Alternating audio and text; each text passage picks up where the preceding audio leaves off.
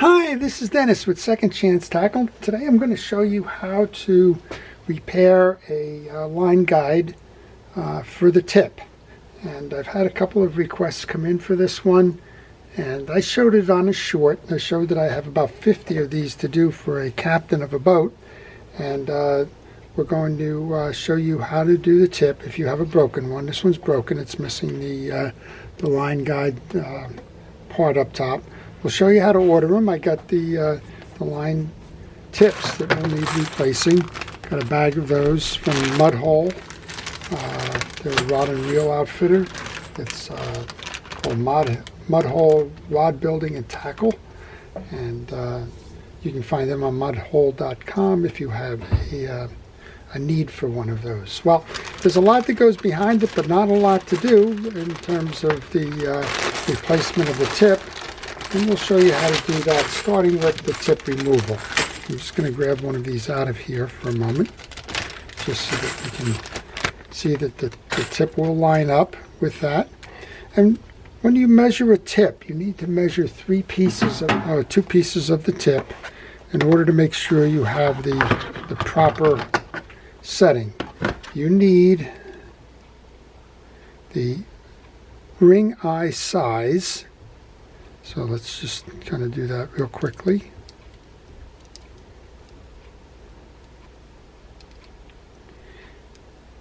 And this ring hole size has an inside diameter. Well, actually, they want the outside diameter for the ring size. So let's do this. You need the outside diameter of the ring size, so it's approximately 11.6. So that probably would serve as a 12. And you need the inside diameter of the tube or the outside diameter of the rod. And in this case, I think if I remember, this is going to be, about 4.4. I think we ordered 4.5 as that, and that's okay because the cement will take the place. So how do we do that then? Well, we do that by taking a heat source. I'm going to use just a grill lighter. And you want to apply the heat to the ferrule on the tip. And just run it up and down. And it won't take long. I don't know, maybe 10, 15 seconds. Usually you can see it pop right off the back here as the rod cement loosens up. There you go, I think we got it. And then, of course, you're not going to grab it by your hands. Use pliers and just twist to remove. Kind of that simple. Now you've got a little bit of debris on there, and this is also hot. So you may want to just kind of use a utility knife to get that old cement off of there, just like this. Make sure it's clean. You could use a piece of sandpaper if you like. That should be fine. Now, how do you reset that then? Well, you reset it by using rod cement. And the rod cement is more than just a hot glue. It's a little bit different compound. If you needed to, I guess you could use a hot glue, but I've had more success with this for whatever reason. I'm not sure what the different components are. So let's take the one that I reordered then, and we're going to go ahead and just make sure that it fits easily over that piece. And within reason it does. I'm just going to go grab a microfile because some of that glue is heated up and just caused itself to kind of bind again.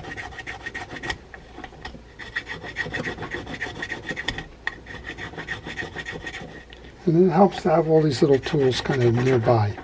So if you like the idea of fishing reel repair, if you like the videos that you're watching, I would ask you to go ahead and subscribe to my channel.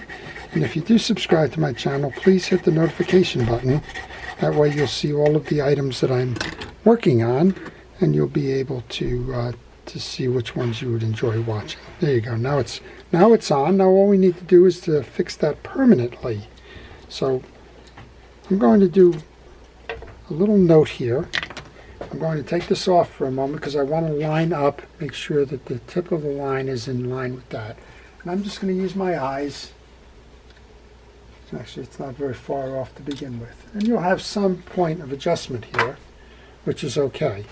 Next, what I'm going to do then is I'm going to mark on here. Use a little scratch awl. I'm going to mark the center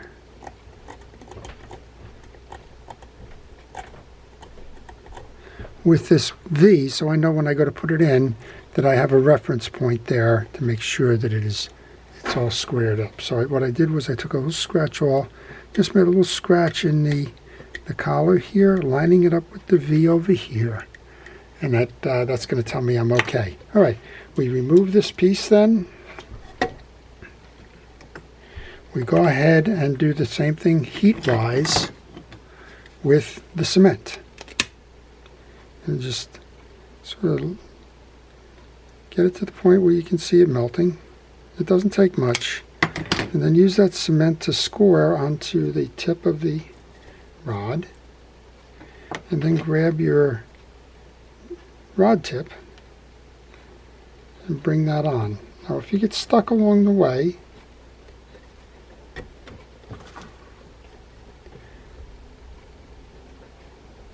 it's okay, because what you can do is you can go ahead and reheat the rod here. That'll reheat the glue inside and give you a little bit of working time. That's not too hot. To line that up right. Yep, we got it. Now what you need to do now is just allow that to cool, and that's going to take a little bit of time to do that. So I got 53 of these left. That's kind of an interesting pile of rods to do. I also have a couple of these that need to be replaced, and that one's a little bit more difficult. That one requires a different kind of wrapping, and I got to go order a few of those eyelets before I can do those. So even though it's a channel that features real repair, this one is showing you how to do that rod tip. And again, you can order the replacements from mudhole.com. The two measures you need is the outside diameter of the top ring. In this case it was 12.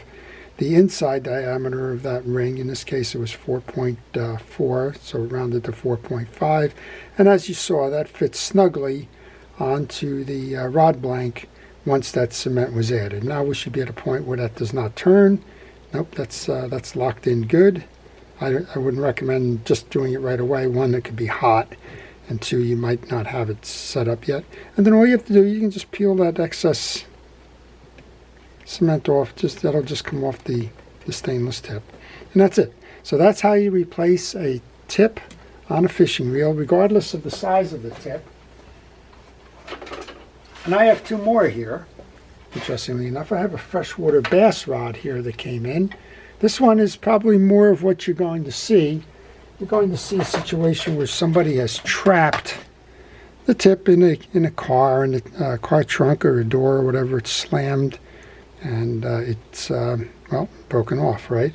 So I did go out on the internet. I did order a set of replacement guides. These are pretty cheap. I want to say that they're in the maybe $15 for 100 pieces or whatever it is. They're available on Amazon and the like. And every now and then I'll get one of these in from a customer. And this one is not going to be a case where you're going to try and figure out what's the inside diameter, because it's going to be an oddball. And you're just going to have to play around trying to find the right diameter through the assortment, because the right diameter would be up here somewhere. The rod blank tapers, and by the time you get here, it's a different diameter. So I'm going to go ahead after we're done with this video, go ahead and replace that one as well. So I hope you've learned something from this. I hope you've enjoyed the exercise. And to everybody, if you have any questions, leave them in the comments section. To our first responders and essential personnel, thank you for all you do. And to everybody, please stay safe, stay well, and stay watching. This is Dennis with Second Chance Tackle. Have a great day.